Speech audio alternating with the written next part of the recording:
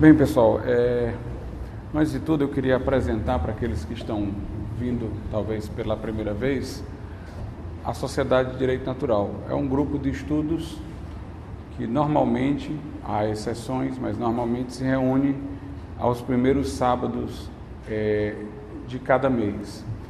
E normalmente também a reunião é aqui, na Faculdade de Direito da UFC, mas poderá ser que haja também, eventualmente, uma mudança. Nós já fizemos alguns encontros lá na Livraria Acadêmica, no auditório da Livraria Acadêmica, no início, né? E por esses dias eu recebi um telefonema de sugestão para fazer uma vez também lá no Café Patriota, que seria um outro local que pode ocorrer eventualmente, não permanentemente. O lugar fixo é realmente aqui. O objetivo é nós retomarmos o estudo do direito natural e, com isso, fomentarmos iniciativas acadêmicas do tipo um trabalho para um encontro de iniciação à docência, uma monografia no final de curso, uma dissertação de mestrado, uma tese de doutorado, que possa, digamos assim, contemplar centralmente ou subsidiariamente, né, a ideia de direito natural. Se há um assunto que, digamos assim, tem tido uma constância no direito, é o do direito natural. Se hoje não é tão prestigiado, a grande notícia é que não desapareceu.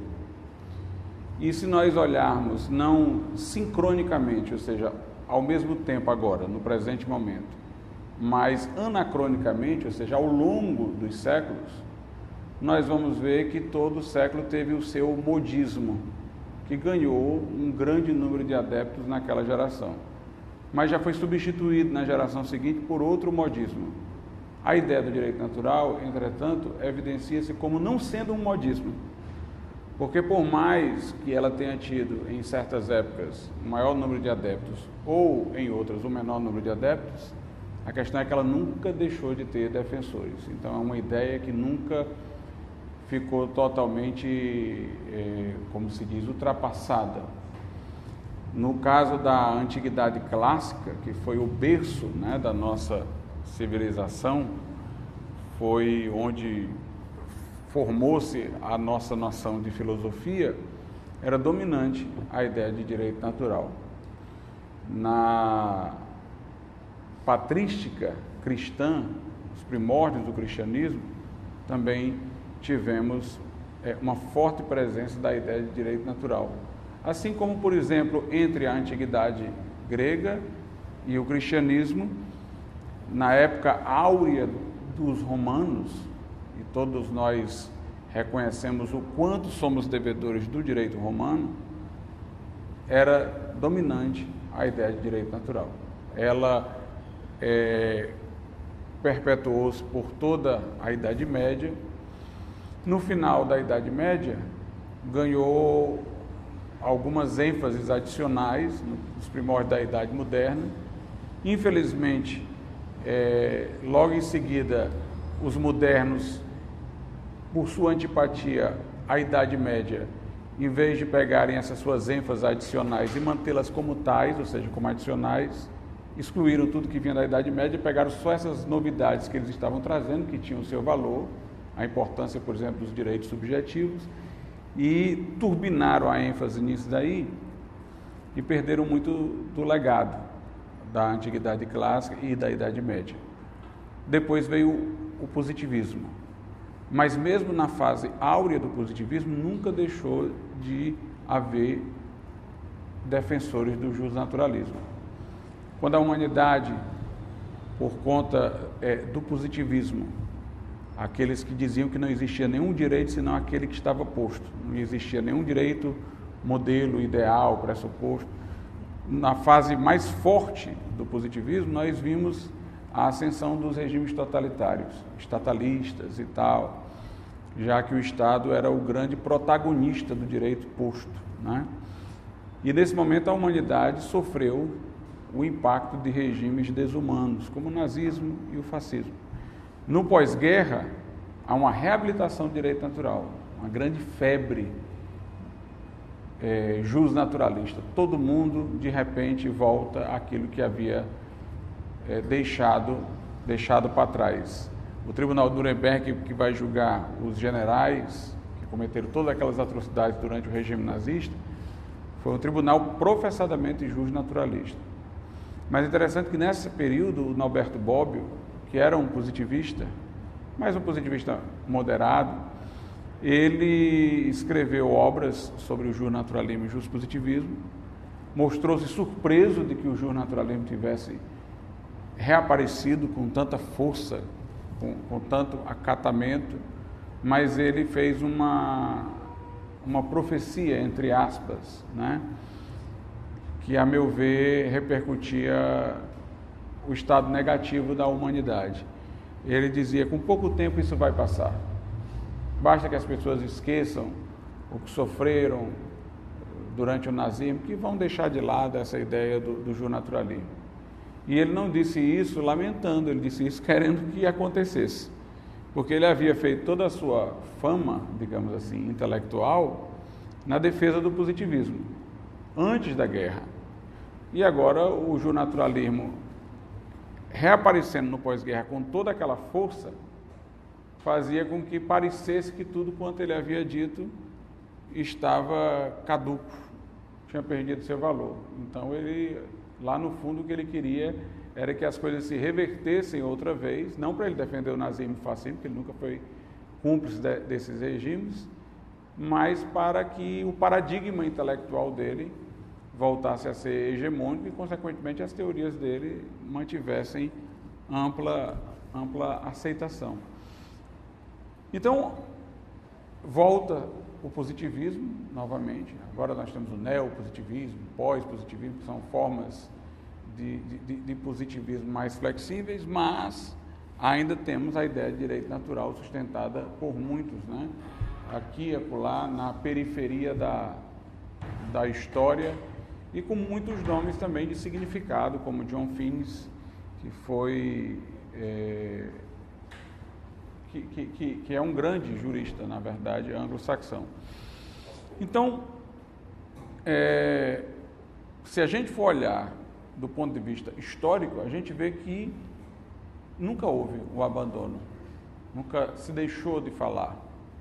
Até porque o homem, ele tem essa necessidade que não é física, mas é psíquica e, para quem quer aprofundar, é espiritual, de não aceitar simplesmente as coisas como estão, porque elas estão. Particularmente se estas coisas não pertencem ao âmbito da natureza, mas da cultura. Ou seja, deve haver a forma melhor de se fazer, deve haver a forma certa de se fazer. Eu devo ter um parâmetro pelo qual posso aperfeiçoar as instituições, posso melhorá-las, posso torná-las, digamos assim, mais condizentes com o que é melhor para o ser humano.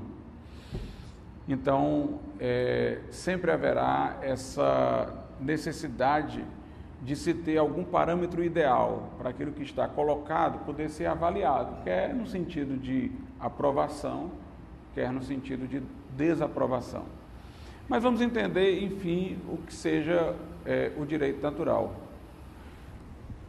Aristóteles talvez tenha sido, dentre os gregos, o maior filósofo do justnaturalismo, embora nós encontremos alusão ao direito natural entre os poetas gregos, entre vários filósofos gregos, também entre os romanos. Cícero continuou também a se falar em direito natural. Os estoicos também são considerados grandes defensores do direito natural, mas nós destacamos a figura de Aristóteles. Muita coisa que Aristóteles, digamos assim, defendeu na prática, ou muita coisa que ele aceitou na cidade grega, não estava de acordo com o direito natural. Mas isso não desmerece a sua teoria do direito natural. porque a sua teoria estava correta. Ele é que não soube, em alguns casos, aplicá-la pela acomodação intelectual, ou seja, uma tendência do ser humano de aceitar aquele que é regular, habitual, costumeiro na sua sociedade, uma tendência que as pessoas normalmente têm, né? De legitimar aquilo que todo mundo está fazendo e tal. Aquelas coisas que ele equivocadamente aprovou não se deduzem dos postulados que ele estabeleceu para o direito natural. Adequadamente não se deduzem, né? Portanto, a teoria dele está além das posições que ele assumiu. Até porque a teoria dele, como eu disse, representa não o desenvolvimento de uma pessoa, de um intelectual em particular, mas ela corresponde a uma necessidade humana. E ele nem desenvolveu como pioneiro, mas ele pegou de outros que vinham dizendo algo e amadureceu. Então, o que Aristóteles percebeu na sua genialidade foi que as coisas no mundo em que estamos se orientam para um fim. O seu pensamento era teleológico, não é teológico. Teológico seria referente a teos, a Deus. Teleológico é de telos, que quer dizer fim, finalidade. Então, ele percebeu que tudo existe para cumprir uma função, né? Os órgãos do nosso corpo, eles cumprem uma função. Aí a gente fala no aparelho digestivo, onde cada órgão cumpre um papel no processo de digestão. Um aparelho respiratório, né? Onde cada órgão cumpre uma função ligada à respiração. Então ele disse, olha, tudo que existe para cumprir uma finalidade. Existe tendo em vista uma finalidade. Se nós temos mãos, é porque é para pegar. Nós temos uma boca, é para falar, é para se alimentar. Nós temos os olhos para que possamos ver. Tudo se orienta a uma finalidade. Tudo tem um propósito. Tudo tem uma missão a desempenhar, uma função a cumprir. Ele dizia, os seres irracionais, eles não fazem escolhas livres e conscientes. Então, a própria natureza já se incumbiu de fazer com que as coisas neles se encaminhem com espontaneidade para os fins destinados. Então, o animal tem o período do cio, de acasalamento, né? Tem o instinto de sobrevivência, que lhe move a fazer tudo aquilo que é necessário para que seja preservado. Então, ele é guiado pelos instintos. A própria natureza já, digamos assim, o impulsiona, sem a sua participação ativa, as finalidades da sua existência. Ele tem a participação passiva, os instintos agem nele, ele se deixa tomar pelos instintos e vai naquela direção. Mas Aristóteles observou que os seres racionais, eles não se encaminham para o seu fim com essa espontaneidade, particularmente quando este fim é pensado no nível ético, no nível propriamente humano e não animal, porque também como seres que participam da animalidade da natureza, nós também saberíamos comer instintivamente, saberíamos nos esforçar para preservar a nossa existência, né? Instintivamente. Mas ele está falando de nós como seres racionais. Como seres racionais, nós vamos chegar ao fim por meio de escolhas livres e conscientes. Aí nós estamos no plano ético, não é? No plano ético. Aí não são as coisas ligadas ao comer, ao dormir, né? Mesmo que eu não queira, depois de muita exaustão, eu durmo sem querer, né? Depois de muita fome, ainda que não guiado diretamente pela razão, mas pelo instinto, eu vou à procura de alguma coisa para comer. Essa é a parte, digamos assim, é o nível de animalidade do nosso ser, em que nós compartilhamos semelhanças com os animais, mas nós estamos falando aqui da racionalidade, do que peculiariza o ser humano. Então, para que nós possamos nos orientar às finalidades da nossa existência enquanto seres racionais, nós temos que fazer escolhas, nós temos a liberdade. Então, os animais é que não têm isso, mas nós temos. É aí onde nós podemos falar de que nossa escolha foi consentânea com os fins apontados pela natureza humana ou não foram. Esses fins, então, vão se converter em valores, pelos quais a gente vai aferir se agiu de maneira certa ou se agiu de maneira errada. Se agiu em direção a esses fins, é a maneira certa. Se agiu desviando desses fins, é a maneira errada. Na medida em que agimos em consonância com esses fins, nós nos humanizamos, ou nos aperfeiçoamos, ou nos completamos enquanto seres humanos. Na medida em que nós não agimos conforme esses fins, nós nos brutalizamos, nós degradamos a nossa natureza. É da essência da racionalidade caminhar do imperfeito para o perfeito. Então, o homem racional é um homem que quer sempre se aperfeiçoar, quer sempre se aproximar mais das finalidades do seu ser, daquilo para o que a natureza aponta, né? O nosso destino é o aperfeiçoamento. A razão busca o aperfeiçoamento, ela vai do imperfeito para o perfeito. Isso vale também, digamos assim, no plano cognitivo. Eu estou falando aqui no plano ético, mas vale no plano do conhecimento especulativo também. Eu olho vários seres humanos, eu tenho um conhecimento que eu adquiro pelos sentidos, eu estou vendo aqui vários seres humanos, são os meus sentidos, a minha visão que está me permitindo ver todos vocês, mas daí a minha reflexão vai mais além, eu vou refletir sobre o que há de comum entre todos vocês, aquilo que não é de um e de outro, mas de todos. Aí eu chego à essência humana. Então eu já estou indo do conhecimento de indivíduos específicos para a essência humana, né? Num processo analógico, nós começamos, a partir daquilo que conhecemos, a imaginar Deus. Bem, eu estou familiarizado com o tempo, mas o tempo é uma limitação. Se Deus é um ser ilimitado, então Deus está fora do tempo. Se a matéria me impede de estar em todo lugar, deve haver um ser que não tenha essa limitação e possa estar em todos. Aí eu vou para Deus. Então, vendo os seres, eu também posso imaginar o ser sem as limitações a que estamos impostos. Veja que nós vamos raciocinando do menor para o maior. Assim também no plano ético, o homem deveria estar sempre procurando o autoaperfeiçoamento. De acordo com a visão de mundo cristã,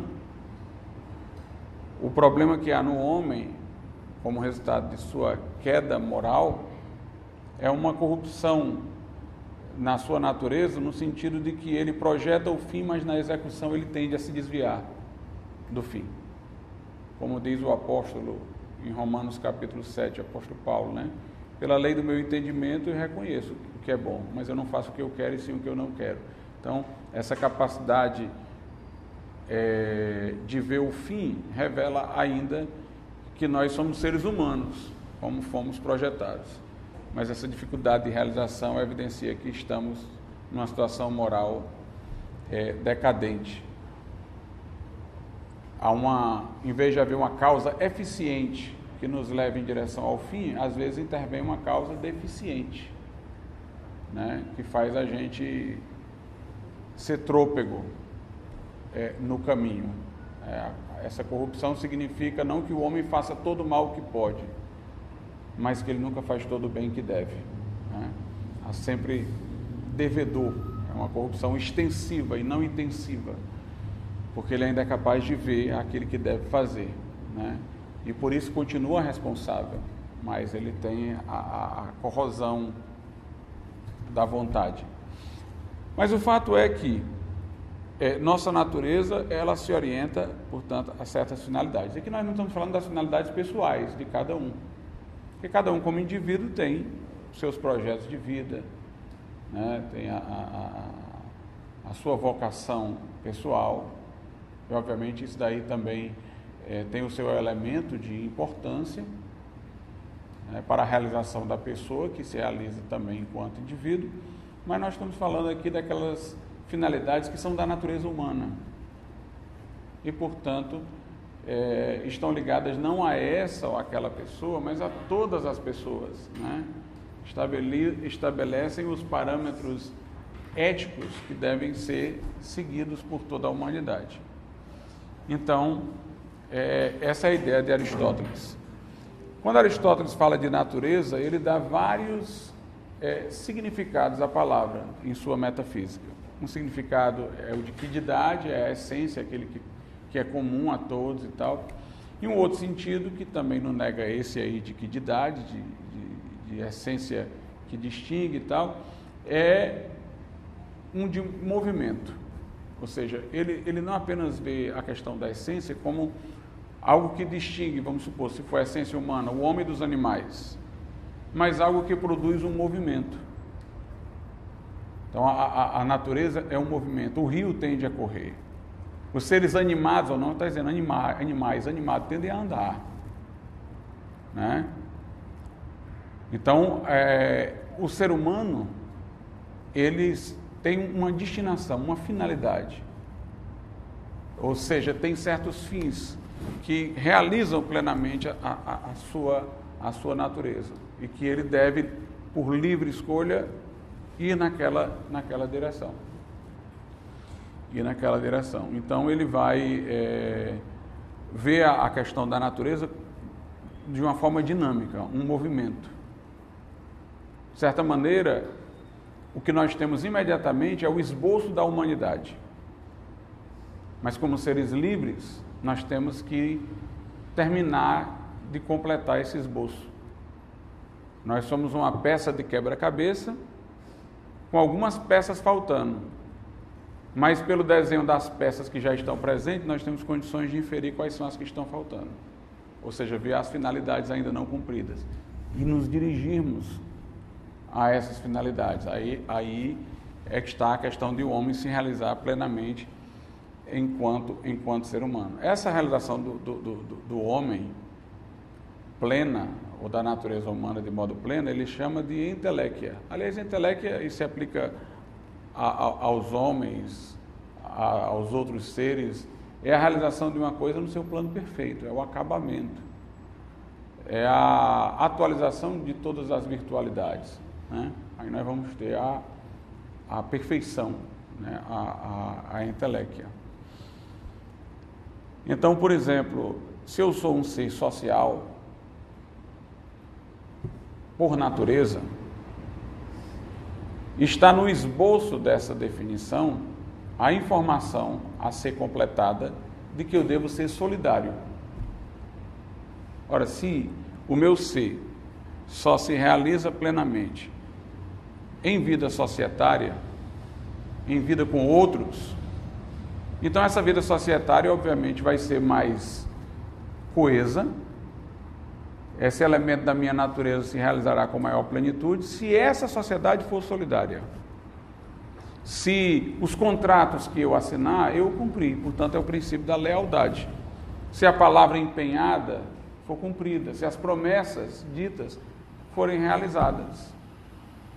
Se as pessoas não realizarem suas promessas, se elas não cumprirem os seus contratos, se elas não forem solidárias, essa sociedade vai ser uma sociedade que está todo mundo junto, mas todo mundo afastado ao mesmo tempo.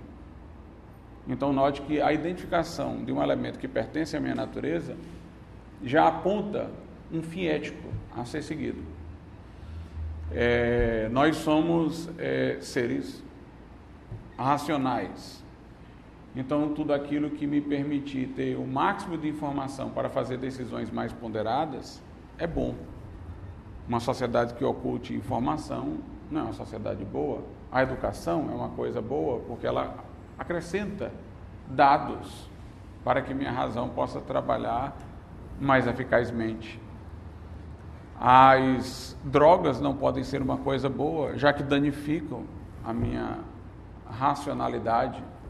As paixões que fazem com que uma pessoa não haja consoante a razão, não deve ser uma coisa boa quando estão, portanto, descontroladas, não reguladas pela razão.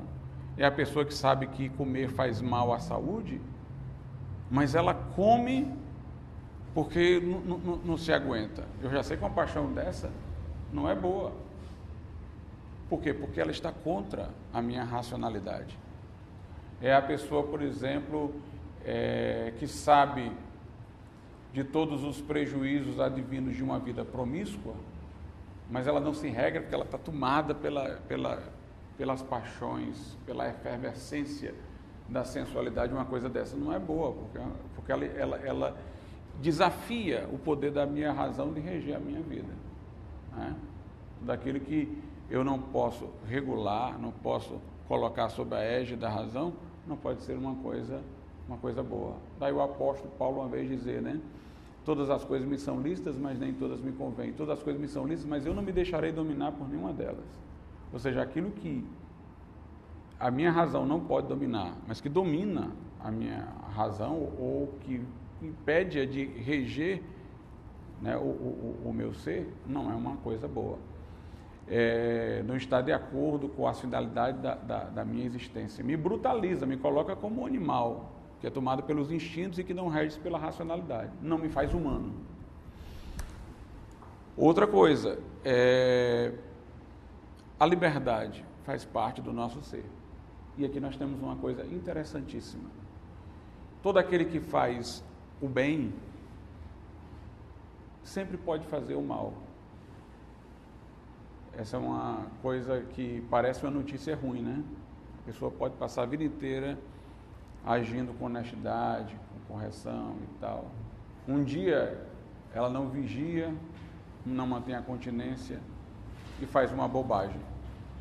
Já se a pessoa se enfurna na prática do mal, ela vai com o tempo perdendo a capacidade de fazer o bem, né?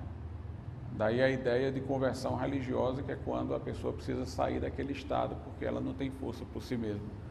Então, a prática do mal vai cada vez mais enfraquecendo a vontade, né?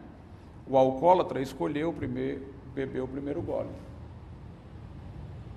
No segundo gole, sua liberdade já diminuiu, até que depois ele não tem mais o poder de sair dali. Da mesma forma, o viciado em drogas. Ou seja, quem faz o bem tem que manter uma continência constante, porque o fato dele fazer o bem não o impedirá de continuar a ser tentado pelo mal. Mas quem vai fazendo o mal depois não consegue mais ter forças para fazer o bem, começa a sentir a dificuldade. Por quê? Porque o mal degenera a liberdade. O bem não degenera, conserva.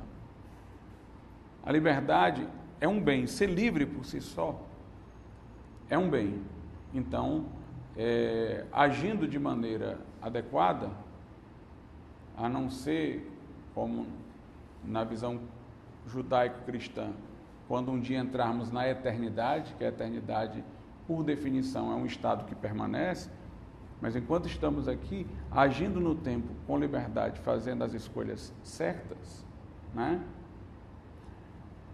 a gente tem que manter ainda a vigilância, que a gente pode fazer errado. O bem não degenera a liberdade, porque a liberdade é um bem. É um bem do qual pode vir o mal, mas ela é um bem.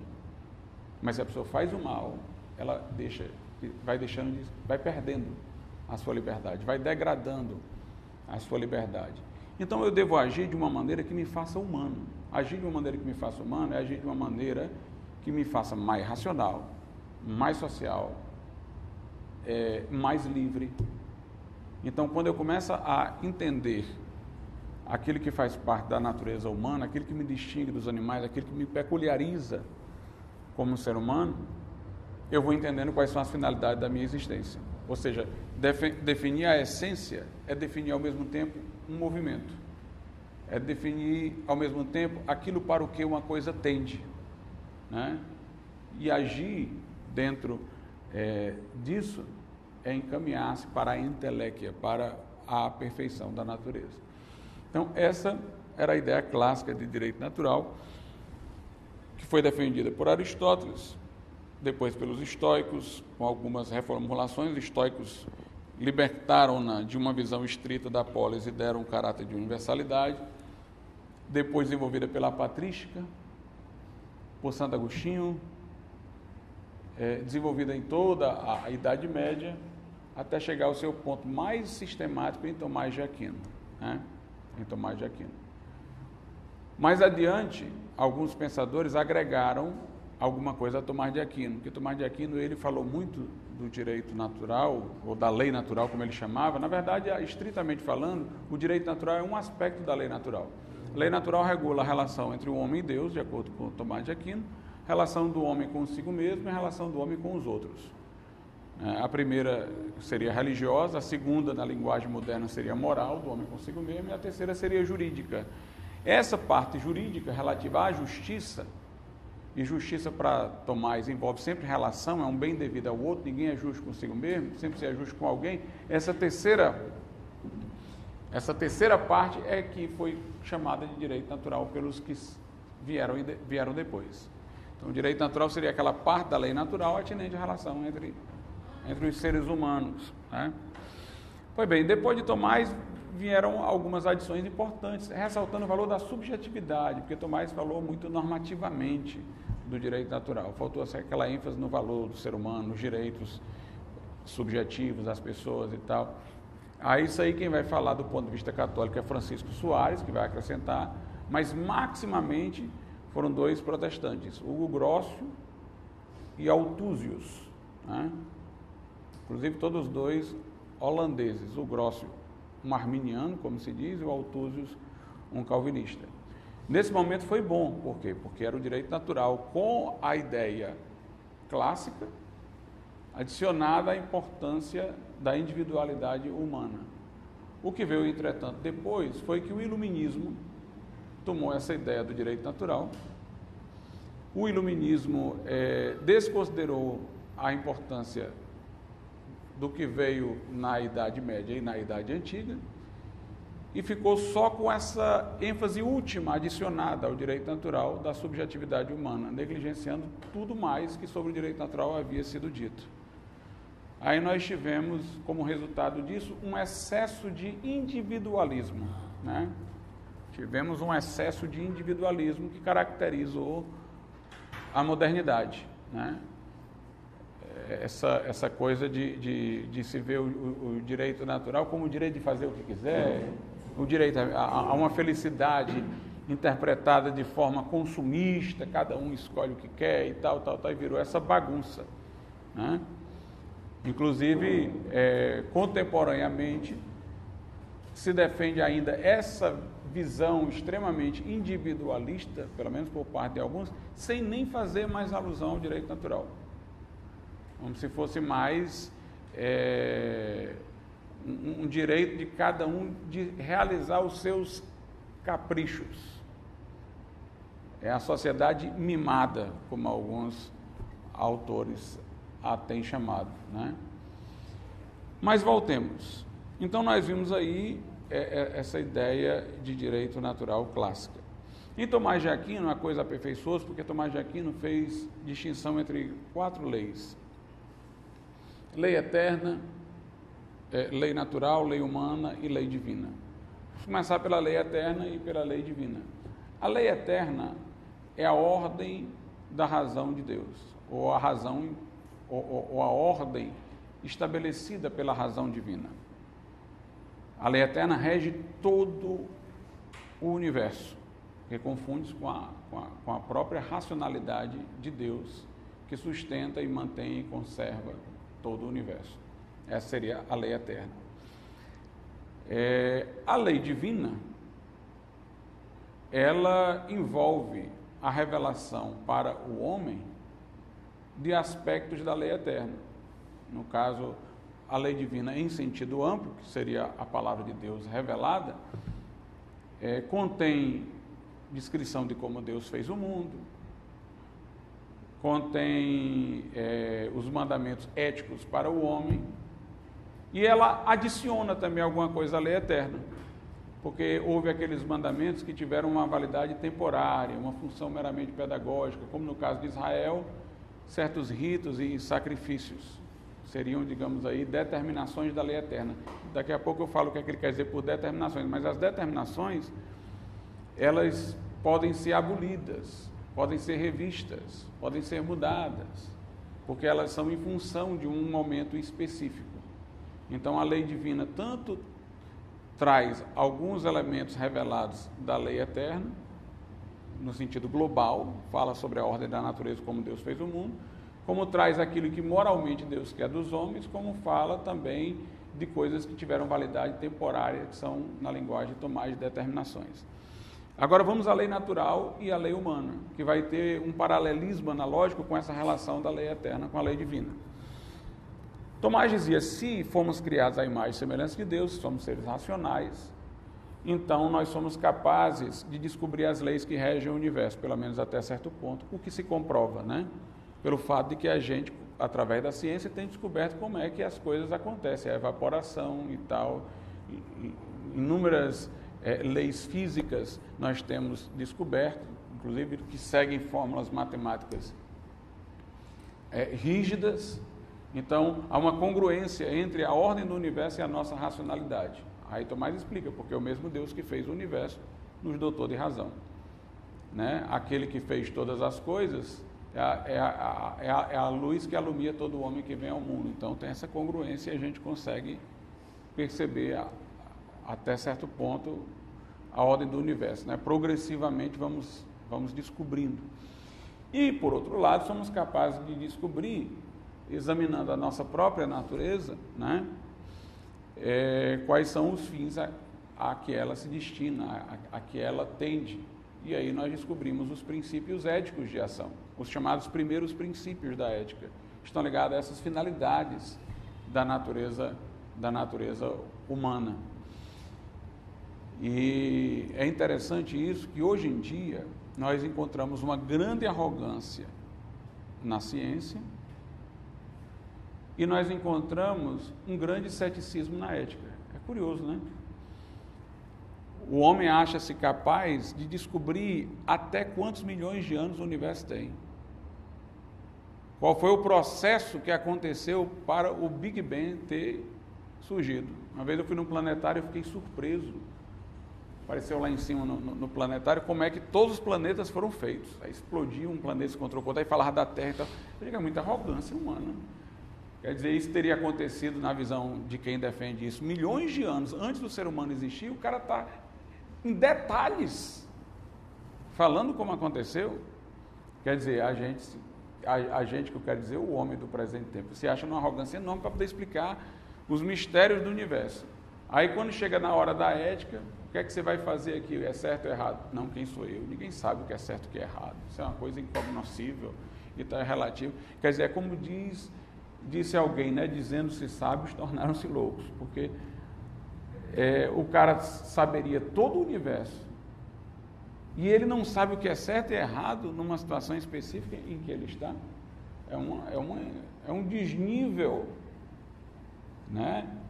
Fora do comum, nós sermos céticos na ética e sermos tão crédulos na capacidade de desvendar a estrutura do universo. Como é que a gente desvenda a estrutura do universo e não desvenda a nossa própria estrutura racional, pela qual se nos apresentam as finalidades para que tendem a nossa natureza e delas fazemos os primeiros princípios da ética para nortear o nosso agir? Como é que a gente não é capaz? O próprio Sócrates, ele mudou o paradigma da filosofia quando ele disse, bem, antes de mim, os filósofos, os fisicistas, como Anaximandro, Tales de Mileto, Anaxágoras, Anaximenes, todos eles queriam sondar os mistérios do universo. Ele diz, mas por que eu quero sondar os mistérios do universo? A substância de que o universo é feito, ou se veio de 4 substâncias, como disse Empédocles, ou de uma só e tal. Para que eu quero saber se tudo é o seu, se tudo flui, como disse Heráclito, se eu não sei nem sobre mim mesmo? Aí ele pegou por lema aquele que ele viu no oráculo de Delfos, né? conhece-te a ti mesmo. Ou seja, eu quero conhecer a mim mesmo, eu não quero ter essa ambição de conhecer tudo, eu quero conhecer pelo menos o que eu tenho que fazer. Então, para ele, deveria ser um investimento muito mais frutífero o homem investir em conhecer a ética, os assuntos humanos, do que conhecer todas aquelas coisas que estavam muito mais além da nossa percepção imediata. Mas o homem de hoje é o contrário, ele acha-se arrogante para entender tudo por aí. Não, mas o que eu vou fazer amanhã, o que é certo e errado para o ser humano, nós não sabemos.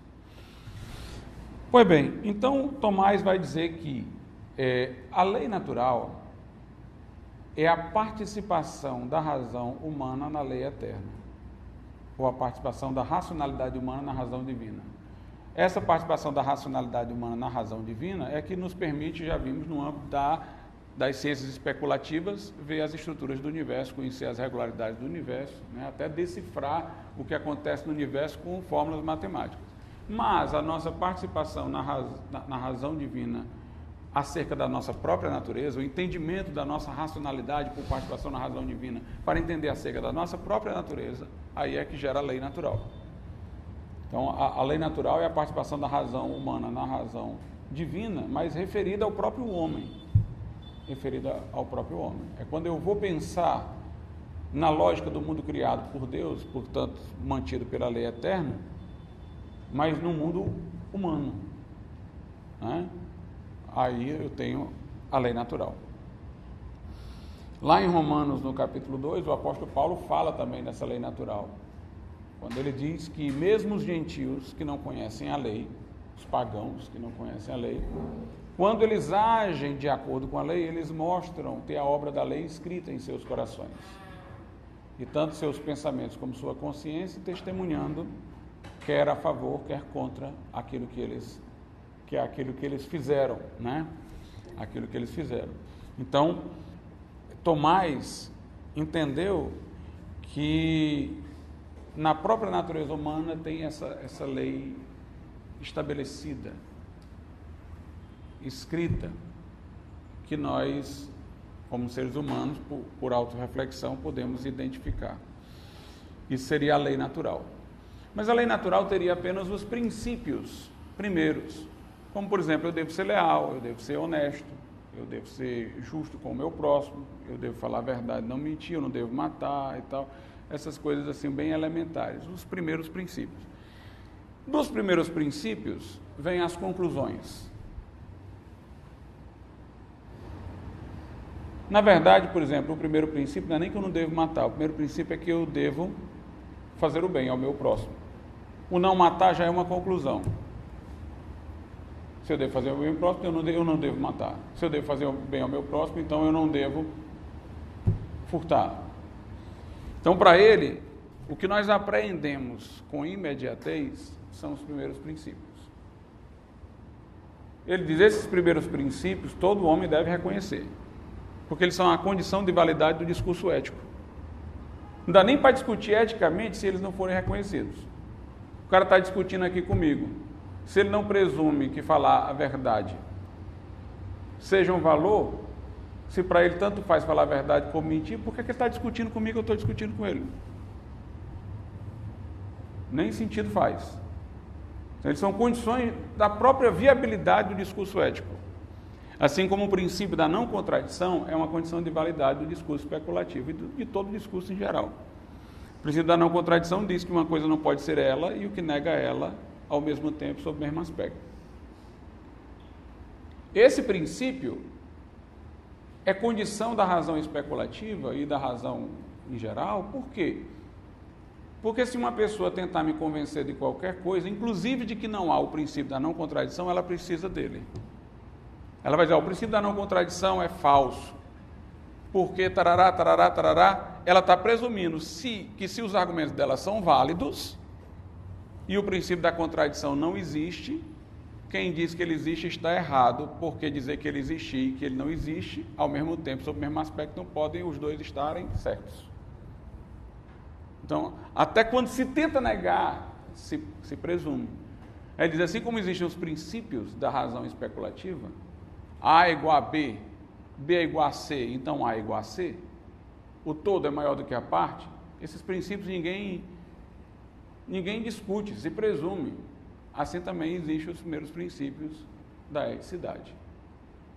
Né? Agora, dos primeiros princípios vêm as conclusões. As conclusões são derivações dos primeiros princípios. Né? Nessas conclusões é que poderíamos nos equivocar, porque essas conclusões, às vezes, têm variação. A variação não quer dizer que haja relativismo ético, porque falar em relativismo ou não relativismo ético seria considerar os primeiros princípios relativos ou não, mas os primeiros princípios não são relativos, são absolutos. Mas como você vai dar aplicação a esses primeiros princípios às situações que são cambiantes, então as conclusões podem mudar. As conclusões não mudam por força da origem, que são os primeiros princípios, mas por força da destinação, que são as situações humanas que são variáveis. Por exemplo, Tomás diz, se alguém me emprestar um objeto, e amanhã, obrigado, se alguém me prestar um objeto, e amanhã ele requer o objeto, eu devo devolver. Princípio da lealdade. O cara me deu um objeto em confiança para eu guardar, ele o quer de volta, agora eu entrego. Agora vamos supor que esse cara tenha ficado louco. Ele agora teve um surto psicótico, ele está louco. E ele quer aquele objeto de volta, e o objeto é uma arma. Isso poderá representar um perigo para ele ou para outro. E aí eu devolvo? Pelo menos até que eu tenha garantias de que ele tenha melhorado, eu não devo devolver. Ou se for devolver, devo devolver a alguém que por ele se responsabilize, se ele está nessa situação fora de si. Então, a conclusão mudou, mas os princípios continuam os mesmos. Quando eu digo isso, que eu não vou devolver para ele naquele momento, que eu devo devolver para alguém que por ele seja responsável, tendo em vista a minha preocupação com a vida de outros e com a dele próprio, que pode fazer mau uso daquilo ali, quando eu digo isso, eu não estou dizendo, eu não vou devolver porque eu quero para mim. A minha intenção não é ser desleal para com ele. Eu continuo valorizando a lealdade, eu continuo dizendo que a lealdade é um valor, eu continuo entendendo que aquele objeto não é meu, é dele, mas eu tenho que encontrar uma solução pela qual aquilo não represente um perigo para ele ou para outras pessoas. Então, ninguém está dizendo, nesse caso deve ser desleal. Não, nesse caso você continua sendo leal. Mas a questão é como é que você vai ser leal nesse caso e garantir preservação para a vida dele e de outro. Né? Então, as conclusões podem ter uma variação, embora os primeiros princípios não estejam em questão, esses aí são absolutos. Mas Tomás falou ainda das chamadas determinações. Aí as determinações são inteiramente situacionais. O direito natural, por exemplo, estabelece que se alguém prejudica outro, de alguma maneira deve apresentar uma compensação. Mas qual vai ser a compensação? O direito natural não diz. Eu tenho que ver o que é funcional para aquela sociedade, para aquela outra. O cara vai ser preso durante 1 ano. Ele está preso durante 1 ano, mas todo mundo continua praticando isso porque está achando que 1 ano é muito pouco. Então vamos botar 2 anos. Ele vai pagar o prejuízo. Mas ele não tem dinheiro para pagar, então ele vai pagar com serviço? Uma coisa assim. Então, como você vai ver a penalidade? Tomás disse, isso é uma determinação. Quer ver um outro exemplo de determinação? Uma regra de trânsito. O sinal aberto para o carro é o vermelho ou é o verde? A gente que decide.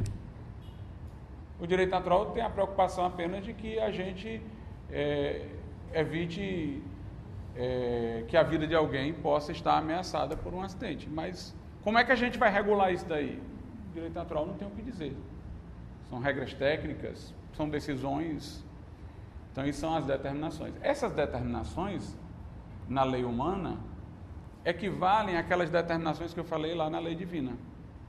Os ritos, por exemplo, que eram prefigurativos da obra de Cristo lá no Velho Testamento, aquele sacrifício e tudo mais, eram temporários, não representavam uma derivação direta da lei eterna, era uma determinação para um propósito futuro divino, né? Então, de semelhante modo, nós temos então a lei natural, que tem os princípios primeiros e as conclusões, e nós temos a lei humana, que é o direito positivo. O direito positivo não vai conter os primeiros princípios, a não ser implicitamente. Ele vai conter as conclusões, que já são aplicações dos primeiros princípios às situações específicas, levando em conta, portanto, peculiaridades de uma sociedade em particular, e as determinações. Essa foi a sistematização brilhante que Tomás fez do direito natural. A Idade Moderna caracterizou-se por afastar esse pensamento teleológico, que foi dominante tanto na Grécia, em Aristóteles, como depois na Idade Média, em Tomás de Aquino. A Idade Moderna afastou o pensamento teleológico, primeiramente, da natureza. Aristóteles entendia a natureza caminhando para uma determinada finalidade. Aliás, essa ideia de que a natureza caminhava para uma determinada finalidade foi o que levou Aristóteles à metafísica, né? De que existe uma causa final para tudo que há, de que existe um elemento último para o que tudo tende, que era identificado com Deus. A ciência moderna, ela não procura teleologia, finalidade, ela procura mecanismo, relação de causa e efeito. Então, o calor dilata o metal. Pronto, essa explicação está satisfatória. Ela entende que não se cabe perguntar, e por que o mundo foi criado desse jeito? Que o calor dilata o metal? Não, é o que dilata o metal, é a causa imediata. Na verdade, Aristóteles não negligenciou isso, essas relações imediatas de causa e efeito. Ele chamou essas causas de causas eficientes, são as que estão próximas. Mas ele falou que, para além das causas eficientes, existe uma causa final, uma causa última, que move todas as coisas. Então ele apelou para um fator metafísico, a que ele fez associação, e particularmente os medievais, com a divindade. Interessante que no âmbito das ciências humanas, do espírito, a teleologia, pelo menos no início, voltou a ter grande força. E não há como, né? Se você fala em hermenêutica, você tem que ter teleologia. O cara escreveu isso aqui para dizer o quê? O que é que ele queria dizer com isso? A gente fez uma cadeira, uma mesa, para quê? Você é incapaz de compreender um objeto cultural sem identificar a finalidade dele, né? Então, até o século XIX, as ciências da natureza tornaram-se dominantes. Naquele período ali, tudo era causa, efeito, causa, efeito, causa, efeito, causa, efeito. Aí, Dilthey, Rickert e outros reclassificaram as ciências, falaram das ciências da natureza e falaram das ciências que Dilthey chamou do espírito, Rickert da cultura. Aqui no Brasil a gente gosta de chamar de ciências humanas. São ciências hermenêuticas, porque envolvem a interpretação, a compreensão daquilo que o homem faz e produz. Mas para eu entender o que o homem faz e produz, eu tenho que entender o para quê. Compreender uma coisa que o homem fez é compreender a finalidade para a qual foi feito. Então aí entra a teleologia. Mas as ciências da natureza, não, ficaram só no plano das causas eficientes, causas imediatas. Ficou considerado como sendo anticientífico perguntar se aquilo ali tem algum propósito, se aquilo ali tem algum sentido. Não, isso aí é coisa para religião. Isso daí não é coisa para a ciência, né? Interessante que C.S. Lewis disse algo muito relevante, né? C.S. Lewis diz o seguinte, que a ciência se vê como substituta da religião. A religião era ignorante, nós agora explicamos o que a religião tentava explicar. Ele diz, a ciência nunca foi substituta da religião. Ele diz, a ciência foi substituta da magia. Porque o que é que o mágico quer? Dominar as forças da natureza. A religião não quer isso, a religião quer descobrir o Deus que criou todas as coisas e se relacionar com ele. A mágica é que quer. De onde é que veio a química? Da alquimia. Daqueles que achavam que iam encontrar o poder de fazer um metal converter-se em ouro. De onde é que veio a astronomia? Da astrologia. Aí ele diz até assim, que o período em que a magia mais se desenvolveu foi o mesmo período em que a ciência moderna estava ganhando força. Aí ele diz, elas eram irmãs gêmeas, mas a magia morreu e a ciência ficou. Então, a ciência é sucessora da magia e não da religião. Né? Você, por exemplo, tem um bolo, é o John Lennox que diz isso. Você saber a receita do bolo não é a mesma coisa de saber de quem é o aniversário. E se o bolo foi feito para o aniversário ou para comemorar outra coisa, né? Então a ciência hoje ela quer só saber da receita do bolo. Mas o mais importante no bolo não é a receita. A questão é, nós estamos comemorando o casamento de quem? O aniversário de quem? O mais importante numa lágrima não é saber que ela tem cloreto de sódio e água. É saber de que sentimento e dor ela é a expressão. Uma dor que às vezes não é física, é emocional, relacionada a coisas que têm sentido nas nossas vidas. Né?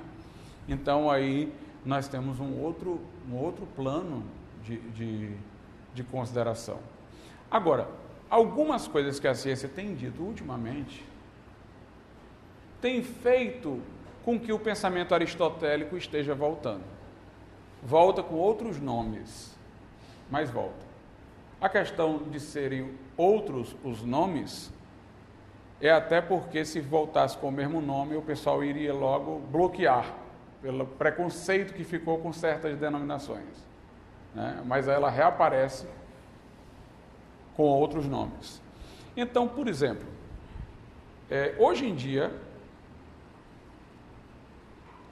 os cientistas defendem que o mundo teve começo, através do Big Bang, né? como eles explicam. Por certo tempo, a ciência moderna até manteve a ideia de Deus, mas o Deus que fez o mundo e deu corda no relógio, depois foi-se embora para a casa dele. O deísmo. Não tem milagres, a história não tem propósito. Deus fez o mundo e deixou o mundo caminhar.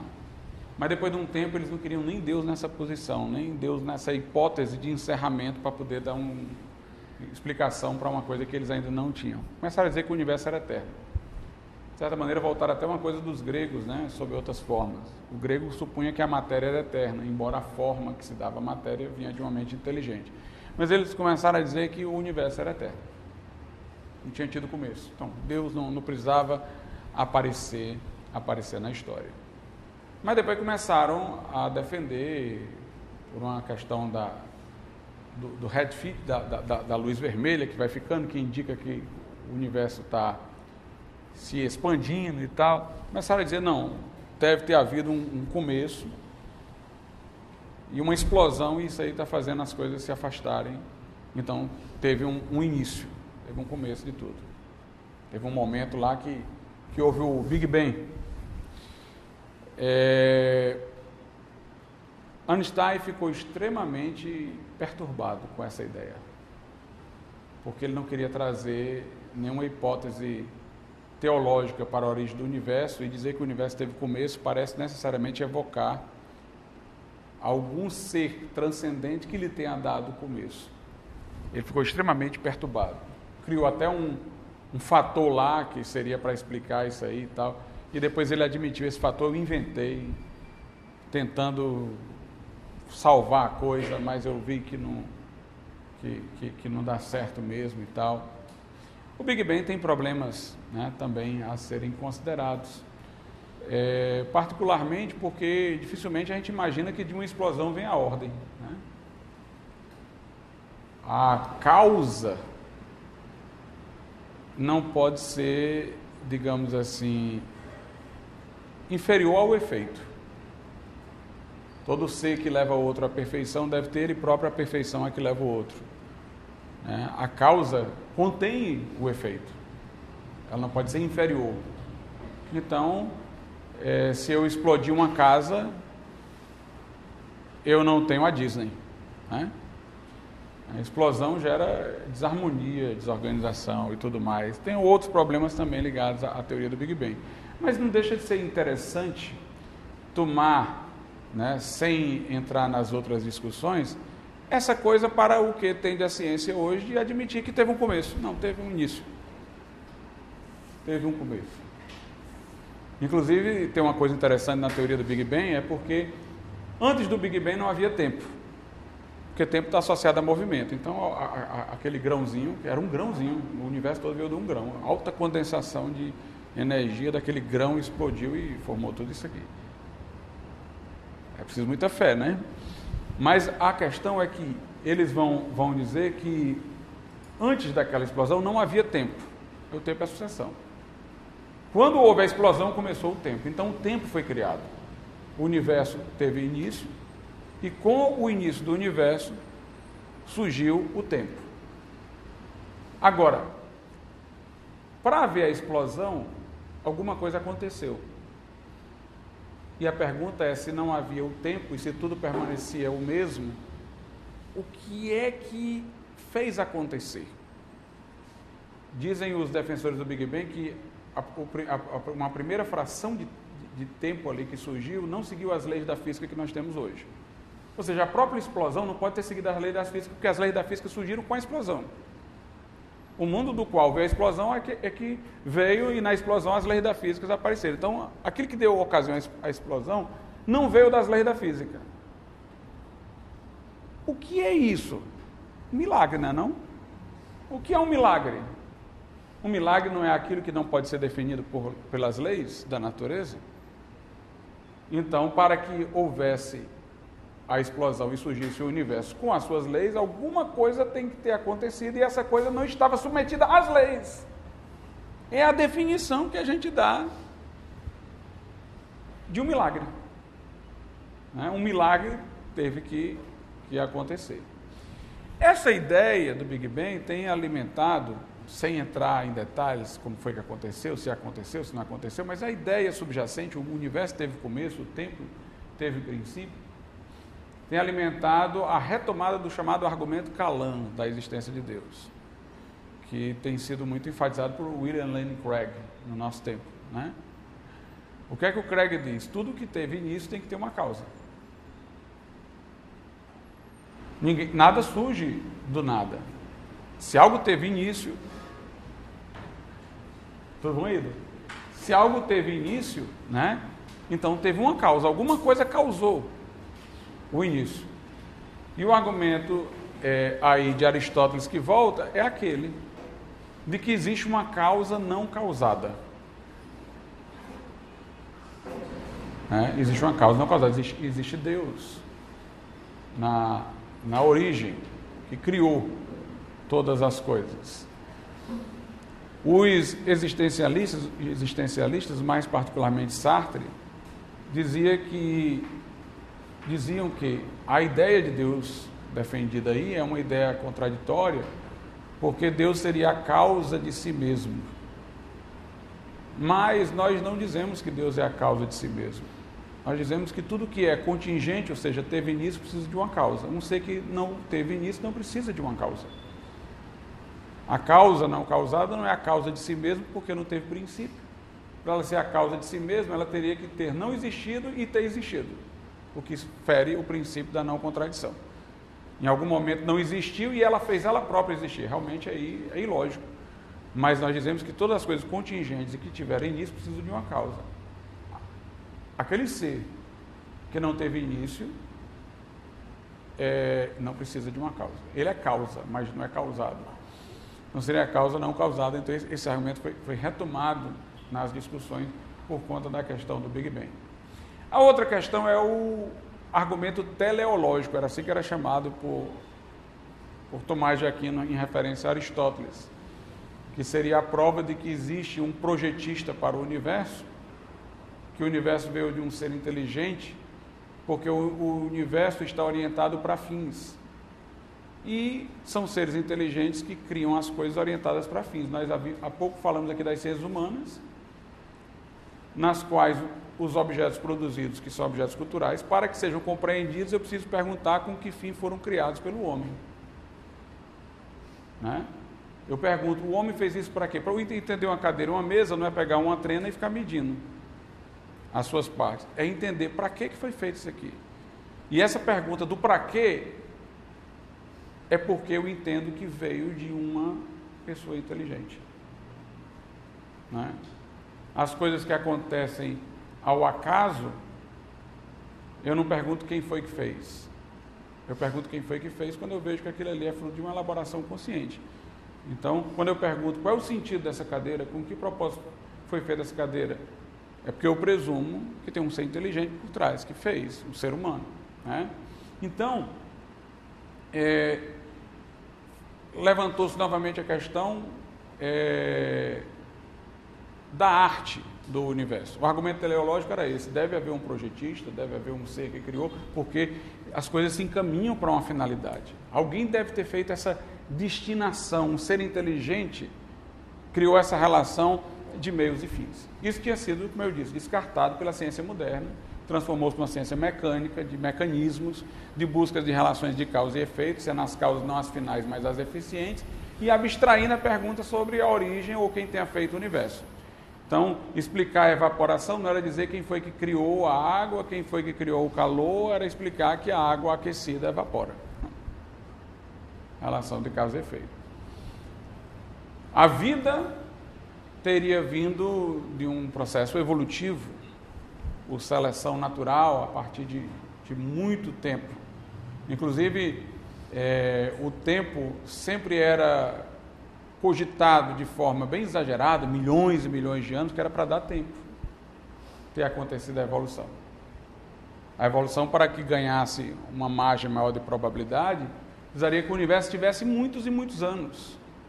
Então, por exemplo, tem formas de você testar a idade da Terra, do universo, que dão um resultado menor. Tem formas de testar que dão um resultado maior. Eles preferencialmente preferiam essas formas de testar que dão um resultado maior, que levam à conclusão de que a Terra tenha milhões, trilhões, bilhões de anos, porque precisava de tempo. Precisava de tempo. Esses cálculos são sempre falíveis, porque os cálculos presumem como é que era a coisa no início para ter chegado ao estado em que está agora. Mas ninguém sabe como é que eram as coisas no início. Elas podem não ter sido sempre as mesmas. Eventos catastróficos poderiam ter mudado a rotina da Terra.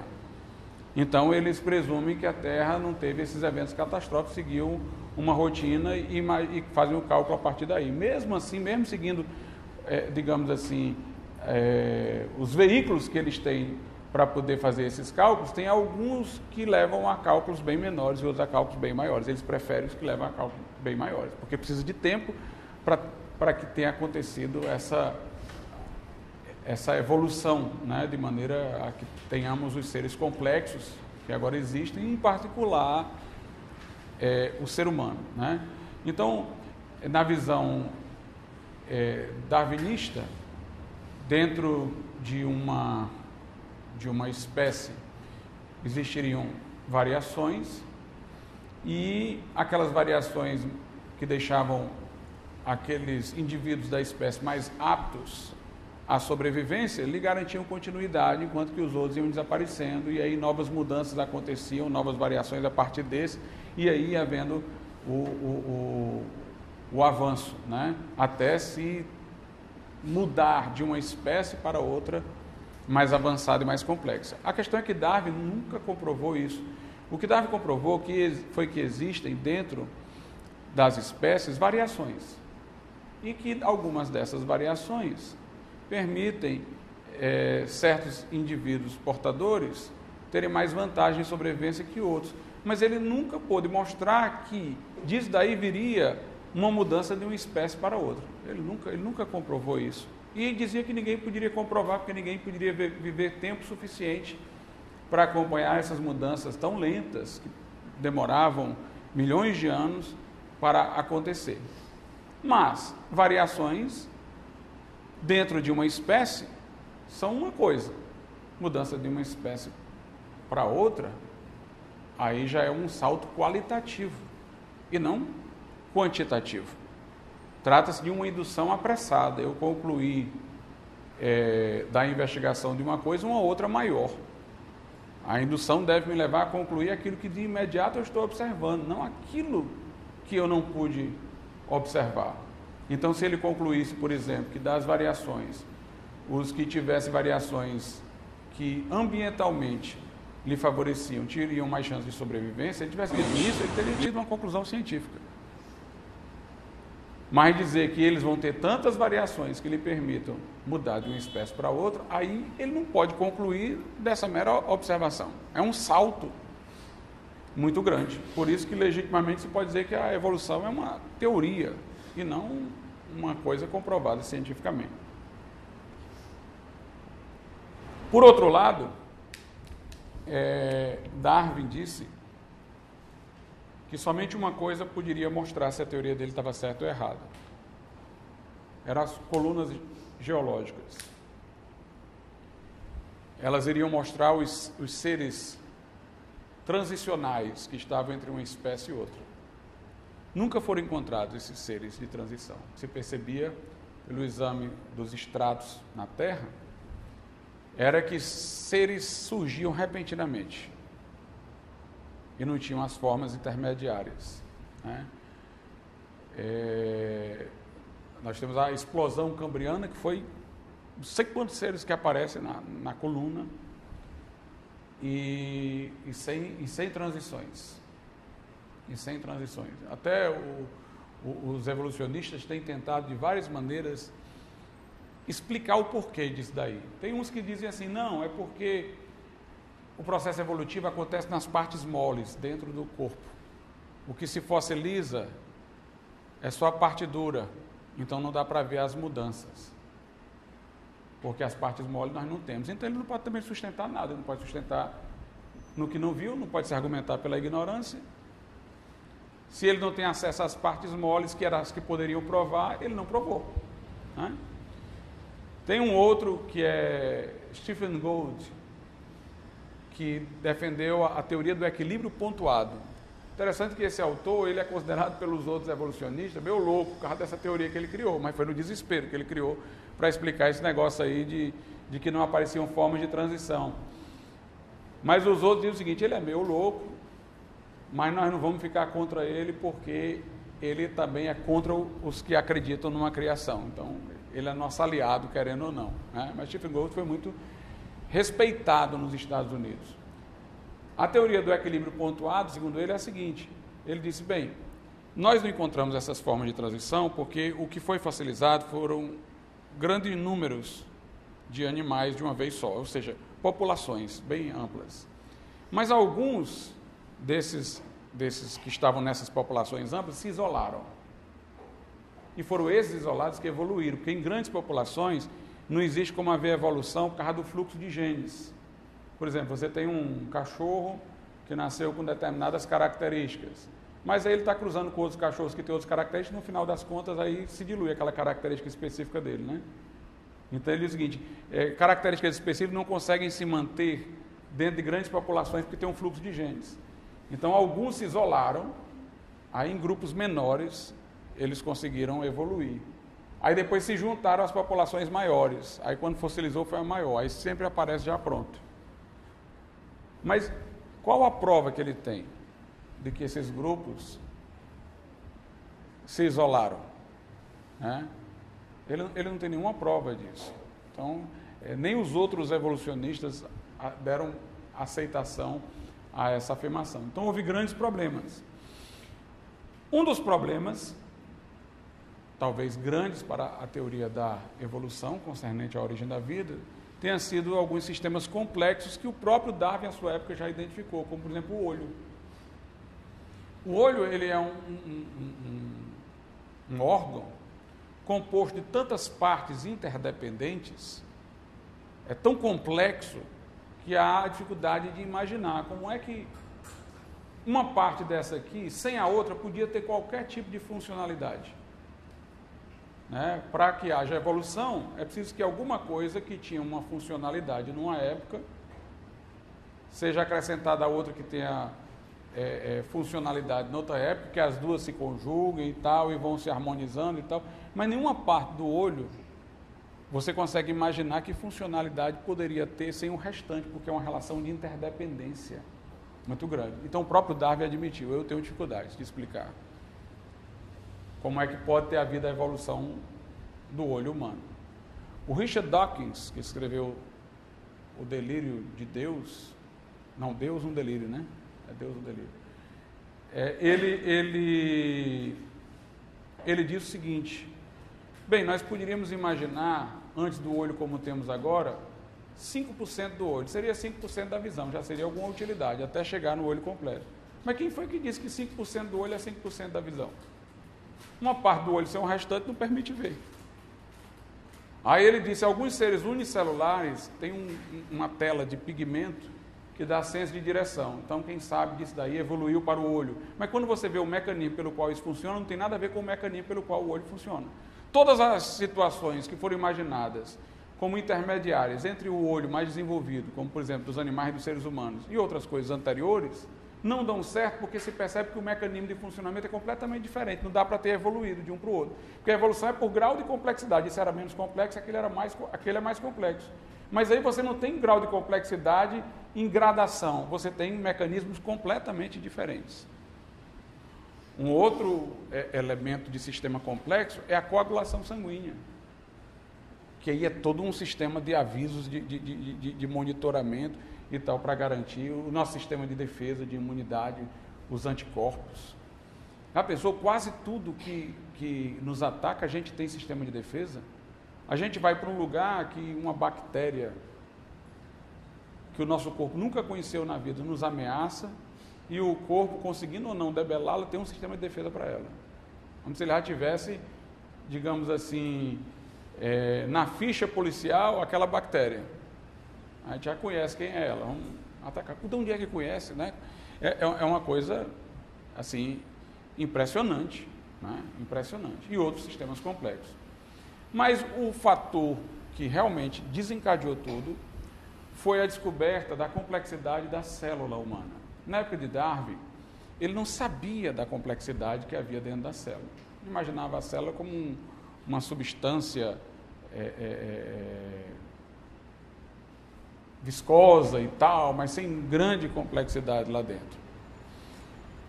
Mas quando se descobriu o que havia dentro da célula, particularmente o DNA, aí a coisa mudou. Michael Behe escreveu o livro A Caixa Preta de Darwin falando sobre isso, que dentro da célula há todo um sistema que assemelha-se a uma fábrica.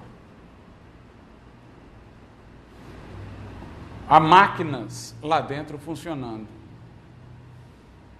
Máquinas moleculares, como a que dá movimento a uma bactéria, que tem um eixo, tem um gancho, tem uma hélice, tem um motor.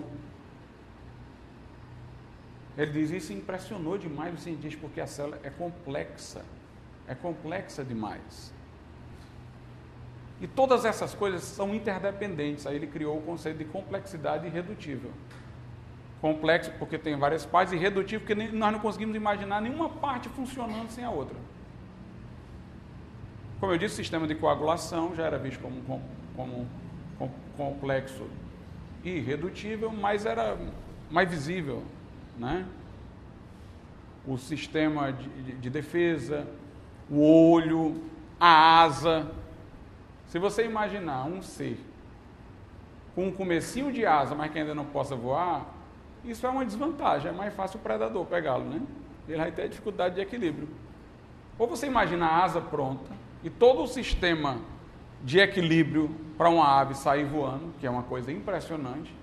Ou se você imaginar qualquer coisa intermediária, algum desenvolvimento preliminar de uma asa e tal, aquilo ali só vai ser visto como uma desvantagem para o equilíbrio, para o movimento daquela ave e, consequentemente, a facilidade para o predador. Mas agora você estava vendo que cada célula tinha toda essa complexidade. Então, os milhões de anos haviam sido imaginados para criar uma probabilidade de evolução num nível mais amplo. Mas agora você tinha que imaginar a evolução nesse nível microscópico em cada célula. Então, nem acrescentando mais milhões, trilhões e tal, dava certo. Não sei quantos matemáticos começaram a fazer cálculo de probabilidade, dizendo o tempo imaginado, que se imagina que tem esses milhões, trilhões de anos aí que vocês falam, não dá certo não. Não dá para ter isso daqui não. Aí sabe como é que escaparam? Com a teoria do multiverso. Existem vários universos paralelos. Então, além da probabilidade ser calculada pelo tempo de existência do universo, ainda tem vários universos tentando. Aí no meio de tantos universos, um deu certo para ser isso aqui. Agora, onde é que estão esses múltiplos universos? Não tem prova.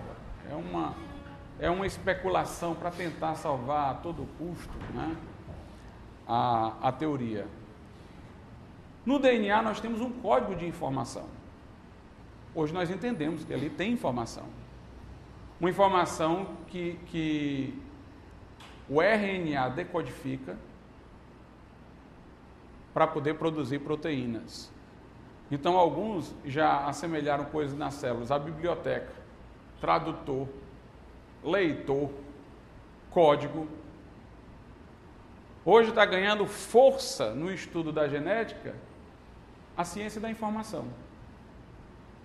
Ora, onde há informação, há inteligência. Se o DNA traz informação, então tem inteligência por trás. Se aquilo ali é uma linguagem que é comunicada, traduzida, antigamente se dizia o universo é formado de matéria e energia. Hoje se diz matéria, energia e informação. Nós não conhecemos nenhum mecanismo pelo qual a informação seja produzida sem que seja por intermédio de um ser inteligente. Nós não temos. Toda informação veio de um ser inteligente. Se você encontrar um livro antigo, perdido, você não vai deduzir que aquilo ali foi um processo evolutivo que produziu o livro, que aquilo ali tem um escritor, tem alguém que está falando. É curioso que colocam sondas espaciais no universo para tentar identificar se há vida inteligente em outros planetas. O grau de exigência dos códigos que eles procuram identificar para sugerir que haja vida inteligente é muito menos rigoroso do que o código de informação do DNA. Então, eles usam essa estratégia para tentar identificar a vida inteligente, procurando algum grau de informação, mas a informação que eles querem requer um grau muito menor de complexidade do que aquela que existe no DNA. Bill Gates dizia que o DNA é um software maior do que todos os que já foram criados. O mais brilhante. Então, é informação. Informação requer inteligência. O historiador, ele faz isso, ele encontra um objeto, ele se pergunta por quê? Qual é a razão disso aqui? Deve ter alguma coisa aqui que indica que alguém fez isso. Isso aqui é coisa de um ser racional. Arístipo, que era da Grécia, foi um filósofo que ficou perdido, naufragou na ilha de Rhodes. Aí quando ele chegou lá, ele ficou desesperado, será que tem gente aqui, Ele começou a ver formas geométricas no local. Aí ele disse, regozijemo-nos, tem outras pessoas aqui, porque aquilo ali só poderia ser feito por uma mente inteligente. Ele deduziu daquilo ali que tinha informação, tinha ordem e tal, tinha um ser inteligente que fez tudo aquilo ali, né? Existe um raciocínio chamado abdução. É o Charles Peirce, que foi grande filósofo da linguagem, defensor do pragmatismo, linguístico que mencionou a abdução.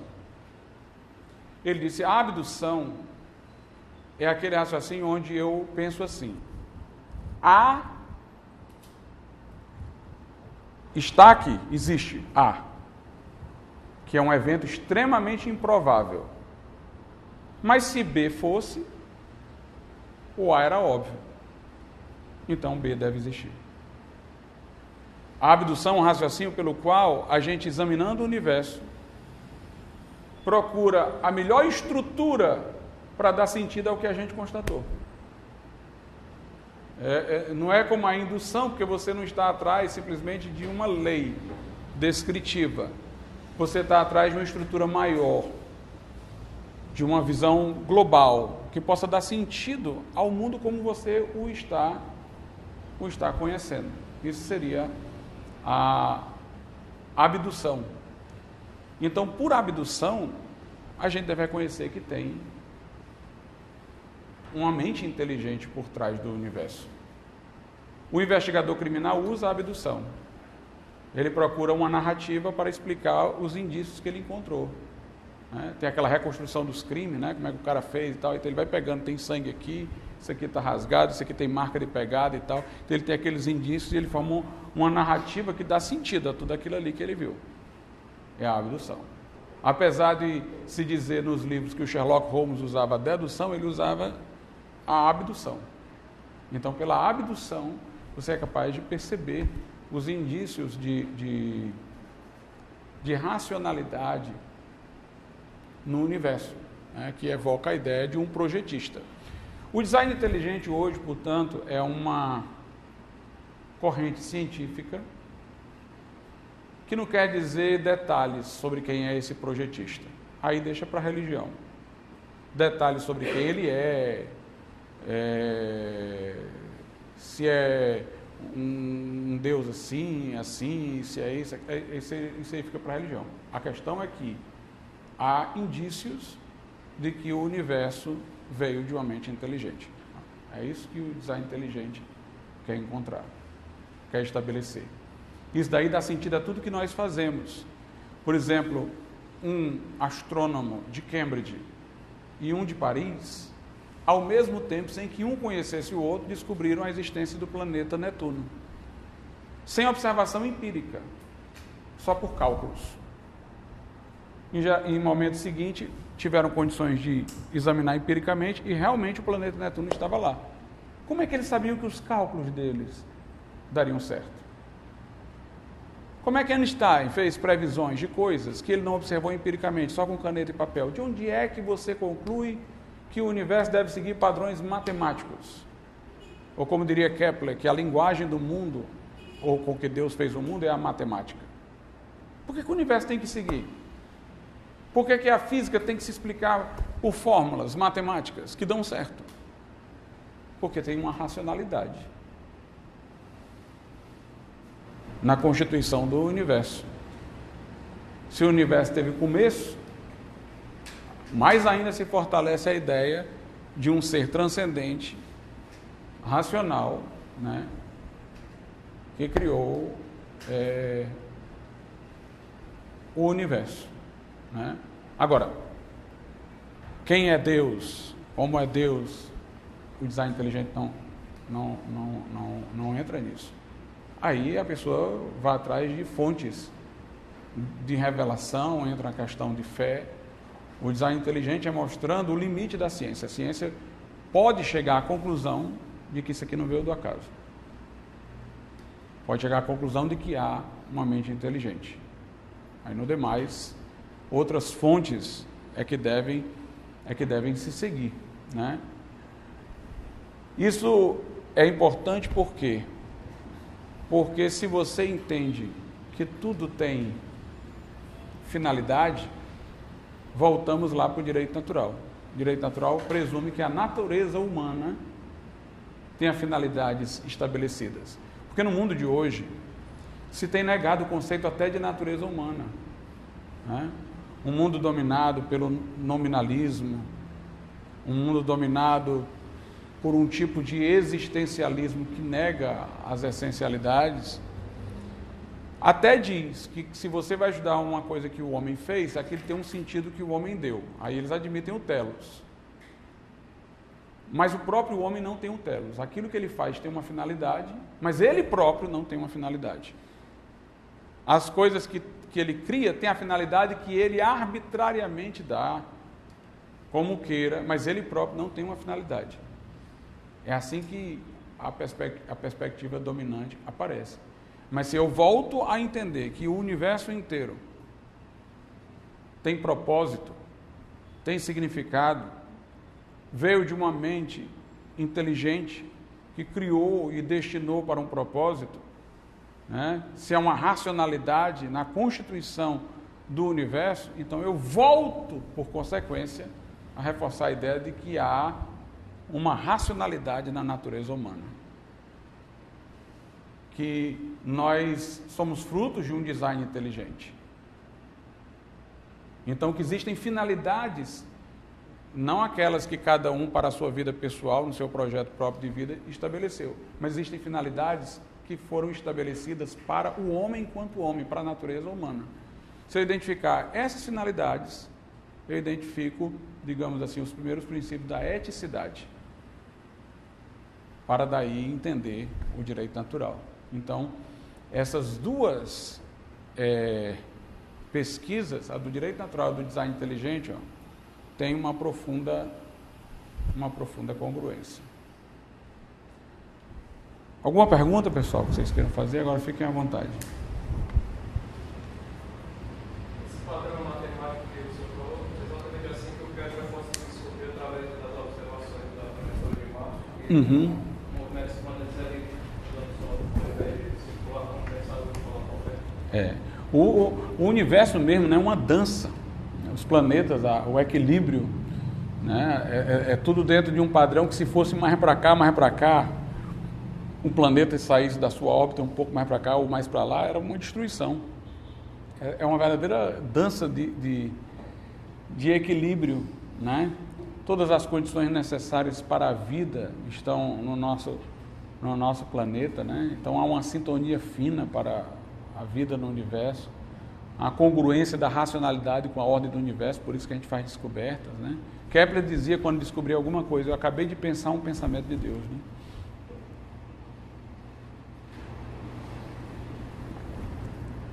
Alguma coisa a mais, pessoal? Eu entendi, eu faço assim por abolição.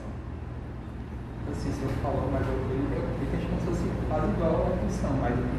É porque a indução, ela é para coisas específicas, a lei que explica esse mecanismo. Mas a abdução é para coisas mais amplas, ou seja, esse universo, nessa estrutura global que ele tem, de racionalidade, qual seria a hipótese explicativa de sua existência mais lógica? É quase que você deduzir uma cosmovisão do mundo. Qual é a visão de mundo mais ampla que se habilita melhor explicar as coisas como nós temos visto? E assim, você falou, por exemplo, do investigador criminal, né? Uhum. Ele faz isso. Como é que ele pensa assim? Qual é a visão de mundo? O investigador criminal, ele diz, olha, aqui tem o sangue da pessoa aqui dentro. Então, ele deve ter trazido o corpo nesse carro. Aí ele tem aquelas formas de examinar as pegadas, ele caminhou por aqui. Aí ele chega lá, no caso daquele que jogou a criança, né, vê o negócio rasgado, então alguém rasgou e jogou essa criança. O cara disse que é porque foi outra pessoa que entrou, mas ninguém viu nenhuma outra pessoa entrar. Não tem nenhuma marca digital de outra pessoa. Não tem nenhuma marca de pegada, senão do casal. Então ele vai deduzindo. Então foi o próprio casal que matou a filha do cara, né, daquele do Nardones, que jogou daqui. Não houve essa terceira pessoa. A criança já estava ferida dentro do carro, porque tinha marca de sangue. Aí ele vai abduzindo.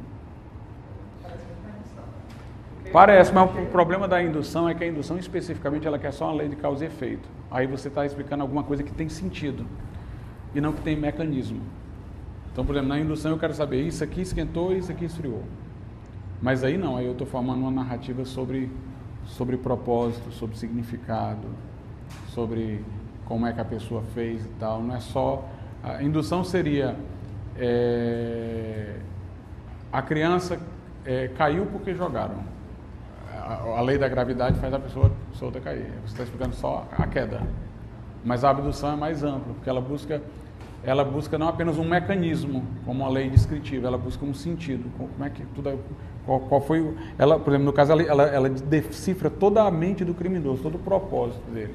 Não vai só para suas ações mecânicas, é todo o conjunto de ele fez isso por causa que, por exemplo, a mulher não se dava com a filha dele, por causa dessa coisa aqui que eu soube que a mulher dele já fez isso com a filha e tal. Ele vai montando toda uma história.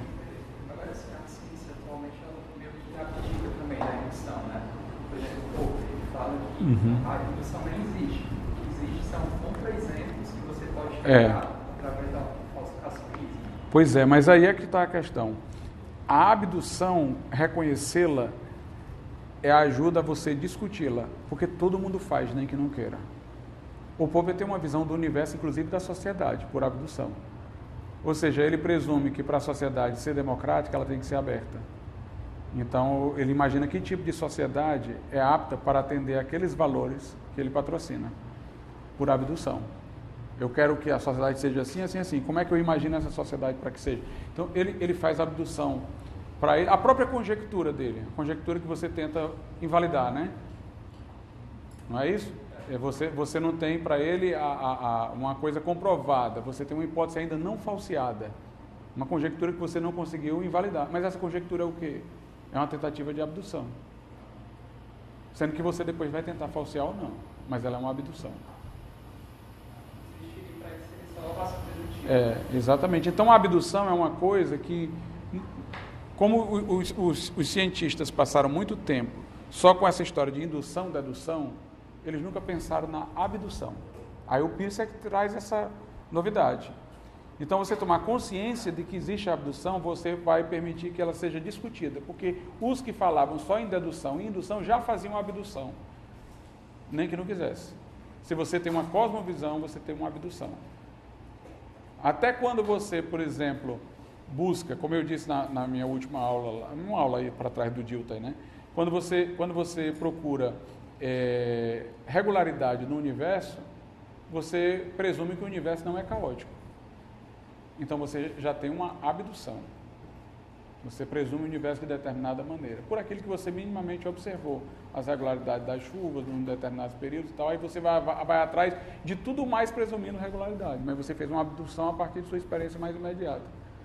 Então, é algo que é importante se reconhecer para que se discuta. Está hoje na grande discussão das cosmovisões. A discussão das cosmovisões, a discussão das abduções. O da empiria, né? Pelo raciocínio matemático, como você falou, poderia se encontrar o planeta sem nem precisar vê-lo, né? Pois é. Então você presume ter uma racionalidade, porque atende aos padrões da matemática, né? Pela abdução, o que é que acontece? Você entende que a melhor explicação é a narrativa mais simples, ou seja, que precisa de menor número de hipóteses, a mais abrangente, a que explica o maior número de coisas, e aí um outro aspecto é o retórico, e a mais elegante, a que mais impressiona-nos do ponto de vista até emocional. Então você vai aferir a cosmovisão, ou a melhor abdução, vendo isso. Qual é aquela que, com o menor número de hipóteses, ou seja, de modo mais simples, explica mais coisas e de maneira que entra numa complacência com a nossa natureza, ou seja, nossa natureza sente aquele brilho naquela coisa que você está vendo. Tem um aspecto também estético no final, mas ele é o último ponto. A primeira questão é a simplicidade e a abrangência, né? Porque uma coisa, por exemplo, que você explica, aí o cara levanta um furo, aí você, não, mas tem essa outra, tem essa hipótese aqui, você fica só levantando hipóteses para poder explicar os buracos que você não está explicando. Aí no final fica uma explicação extremamente complexa, que explica pouca coisa. Então você mostra que é uma explicação melhor quando de forma mais simples você é capaz de explicar mais coisas.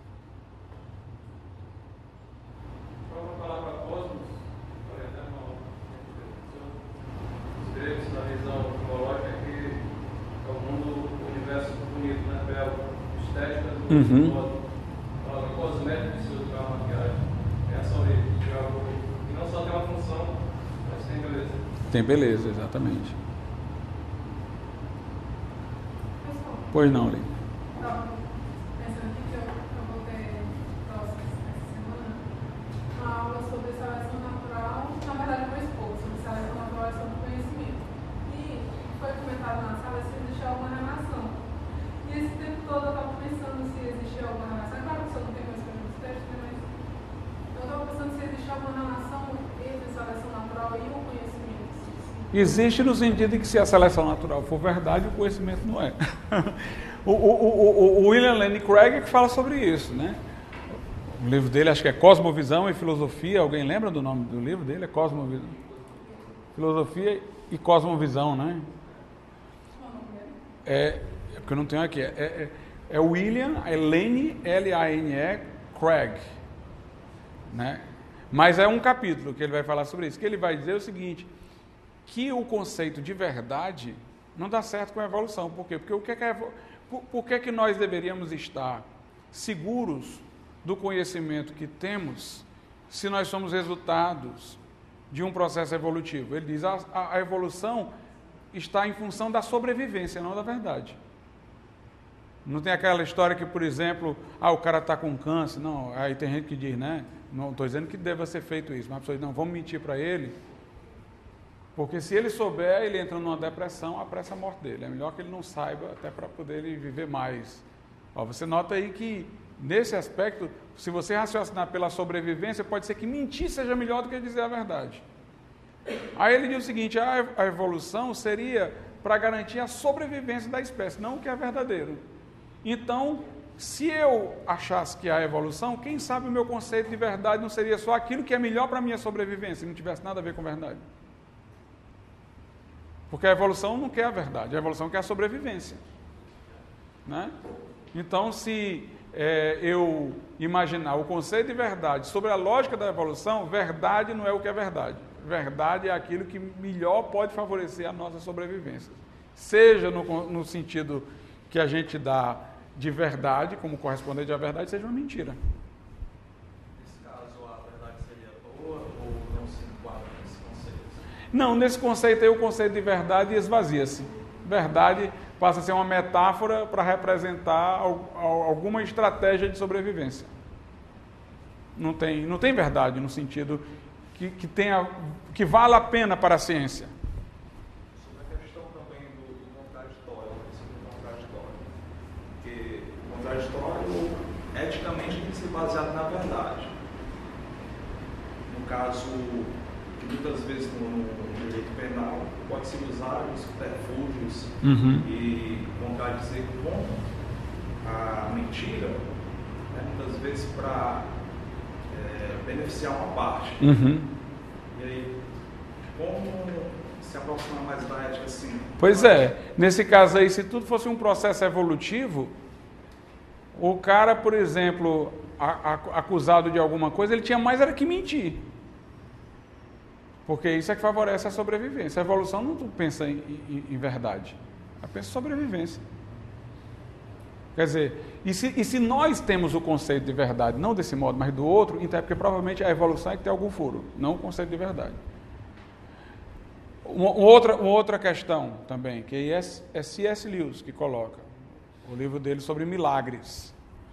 Ele fala o seguinte, ele diz que se nós somos resultados de um processo evolutivo, não existe alma, não existe espírito, nós somos pura matéria. Pensamento é só uma reação química que está acontecendo em nosso cérebro, certo? Quem garante que essa reação química que está acontecendo no meu cérebro, pela qual eu concluo que alguma coisa é verdadeira, é correta? Aí ele diz, quem sabe o meu cérebro está reagindo assim por causa do estágio de evolução a que eu cheguei. Quem sabe amanhã meu cérebro se desenvolve mais e tudo que eu pensava que hoje era verdade, amanhã eu descubro que era mentira. Ou seja, não faz sentido a verdade se você ficar numa perspectiva extremamente materialista, como a do darwinismo. Por quê? Porque aí não existe mente, só existe cérebro. O pensamento é uma reação química que está acontecendo no meu cérebro. Como é que eu posso dizer que essa reação química é verdadeira ou falsa? Aquilo que eu digo que é verdade foi só uma reação química que me disse, que fez eu concluir que era verdade. Mas por que essa reação química está certa e a do cachorro, do gato não está, ou talvez amanhã a minha não seja, amanhã seja outra coisa diferente da que tenha hoje e tal. Aí ele diz, o conceito de verdade requer transcendência. Ou seja, eu preciso estar fora do escopo da natureza, eu tenho que sair da linha do naturalismo para poder ter o conceito de verdade, porque ele é transcendente. Eu tenho que olhar a coisa de cima e dizer, isso é verdade, não é verdade. Se eu estou dentro da pura natureza, então não há diferença em termos cognitivos entre o que está acontecendo no meu cérebro e o que está acontecendo no cérebro de um leão, de um cachorro, de um gato. Não dá para se inferir não dá para ter nenhuma segurança, não tem como se imaginar nenhuma ciência válida. Não faz sentido.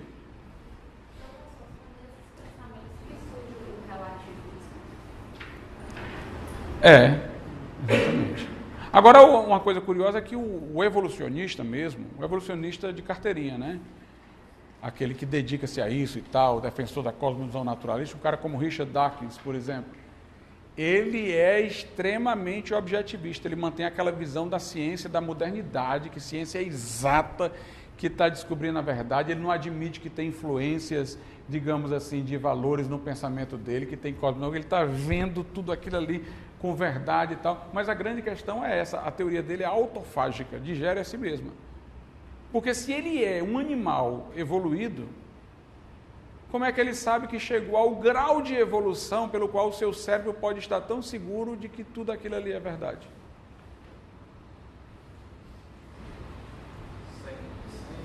Como? Assim, corrija se eu estiver errado, que quando se formula uma teoria dessas, é uma visão pessoal, já leva um relativismo, né? Ou seja, quando ele fala de algo que é absoluto, ele já está relativizando.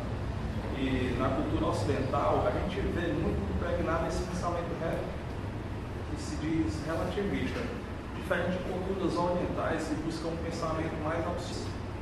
Eu acredito que existem coisas que são relativas e coisas que são absolutas. Negar o absoluto é impossível. É impossível. Sabe por que é impossível? Porque você não consegue imaginar nenhum mundo sem o absoluto. Nenhum. Vamos tentar imaginar aqui os mundos possíveis que nossa mente alcança. Eu tenho um diálogo sobre isso no meu livro, A Essência do Direito, lá no final. Eu posso imaginar um mundo em que algumas coisas são absolutas, outras são relativas. O absoluto está aí. Eu posso imaginar um mundo em que tudo é absoluto. O absoluto está aí. Eu posso imaginar um mundo em que tudo é relativo. Então, existe um absoluto. É que tudo é relativo. Não há nenhum mundo que eu possa imaginar em que o absoluto não esteja. Mas tem um mundo que eu possa imaginar em que o relativo não está. Quando eu digo que tudo é absoluto. Então, o relativo é contingente, o absoluto é necessário. O absoluto não poderia não existir. O relativo poderia não existir. Né? Então, realmente não há como fugir à existência de coisas que são absolutas.